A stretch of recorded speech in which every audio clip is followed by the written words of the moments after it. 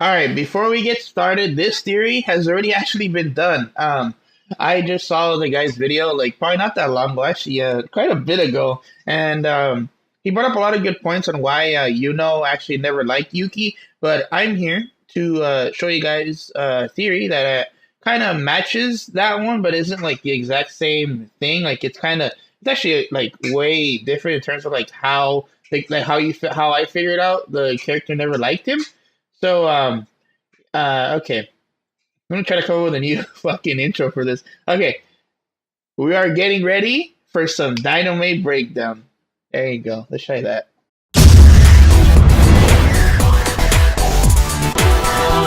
All right. So here's the question: does Yuno actually like Yuki? See, I think that she actually doesn't. I feel like she was actually playing along like the story that she did in the first world, just playing it out like perfectly, so that in the end she can, kill the main character, right? There's a lot of things that hint to this. For a lot of people, you won't figure this out until the ending. But I was able to figure out like probably like the middle part, probably more to probably near the end. Not the world thing that kind of threw me off, but the thing that was well, it not threw me off, but it kind of like furthered my theory on why she actually never cared for this world Yuki. So, for one, there's probably like four things in the anime that actually made it so I can come up with this theory. One being that the diaries themselves, for some of you that haven't seen the anime, right? It's called Future Diaries, or it's called Mirrai and Nikki. For the Japanese and whatever. Okay, so let me try to explain the concept of it. So everyone in the world, right? They all have like a diary that this god in space is able to tell, like to give them, depending on the way like you lived your life. Like the characters in the story live their life. So you see that Yuno's diary is actually like the lover's diary, and it's only like the lover's diary towards Yuki because literally all she's ever done her whole life has only been like obsessing over the main character. Um, which it makes sense because she already had lived in her past world only with Yuki and only obsessing for him that one time. So when she comes over, it makes sense that her diary is the Yuki's diary. Um, I don't know if her diary from the first one was the same as the second one. I doubt it, but it might have been the same. Okay, so that's a major part of the story of my theory because she's actually able to like find out how Yuki basically what he's thinking about, what he's going to say in the future, like what he's gonna do if he's in trouble for like I believe 5 minutes, right? I believe it was 5 or 10 minutes. Yeah, so this is so keep that in mind. The second part of my theory is that there's actually a part in the anime where I guess Yuki is starting to hate Yuno for always being obsessed with him. He starts hating her, and he thinks in his mind, I'm only like I think in the beginning, right? I think even in the beginning and like some parts in the middle, he's like, I'm only using this girl to keep me alive. This is actually very like this is huge in my theory because Yuki, should be able to see in her diary that he is thinking this or like is thinking about her in that way. So she knows this, right? Because of her diary, and is playing along with it because she knows that in the end he's gonna be able to, like, he's gonna kill her. No, he's gonna kill him. Um, Third part is they're following that kind of thing is okay. There's a part in the anime where I think it's following that bit where they I guess they like split up because I think he tells her something to her face and she starts breaking down. She cries, right? And she like when they're like in this hallway. I don't remember like the specific part, but they're like in this hallway, right? And she basically says to him like, "Oh, so you can use me again."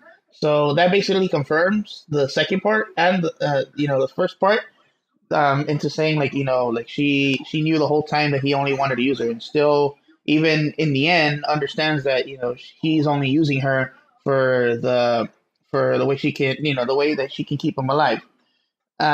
So she's basically throughout the whole anime just playing along, or like she's basically trying to relive the first part, but she doesn't actually like care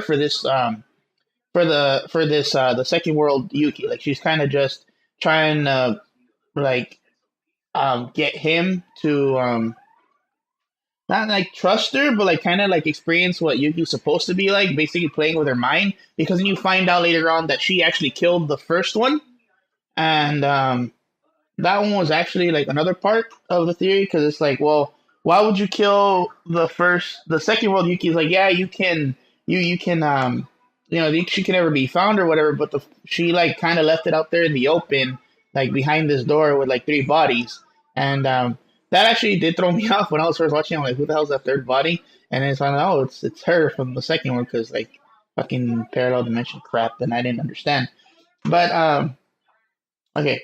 So this is so like let me try to summarize this. Right, so this isn't trying to be like a long video. So okay, here's like basically like a breakdown of what I'm trying to say. Right, 4 reasons why I believe she actually never cared for the first Yuki is for one, her diary. She's actually able to see like what he is thinking of.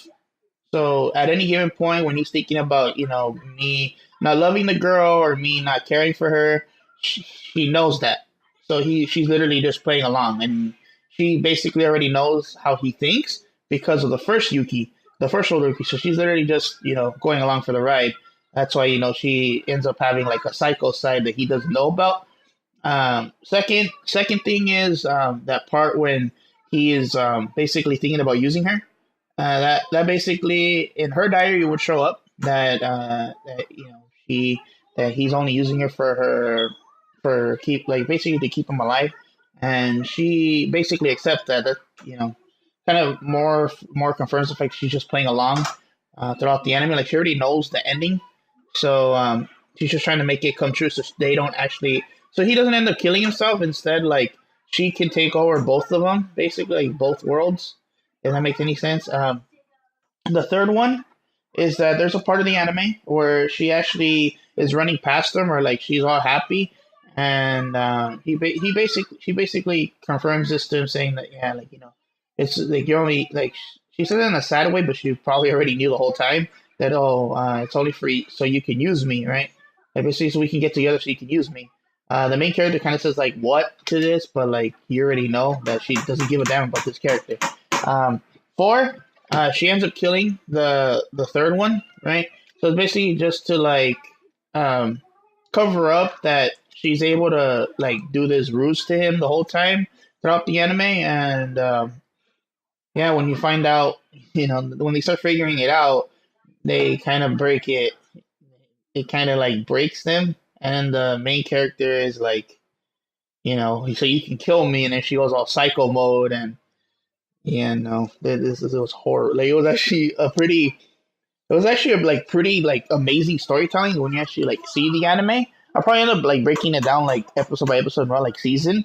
But like yeah, no, that's my theory on why Yuno actually never cared for Yuki or like didn't love him throughout the anime. I just believe that she was just playing along, like she was just basically like she was just faking it the whole time, and a lot of the things that I said like support that. Okay. That being said, I hope you guys enjoyed this theory. It's my first one, so like, it's probably really hard for me to explain. But if you just rewatching it, and you just rewatch it like, or like a certain part of it over and over. I hope you guys can understand like my way of thinking. But anyways, I hope you guys enjoyed. This has been DIno Matrix, and I'm signing off.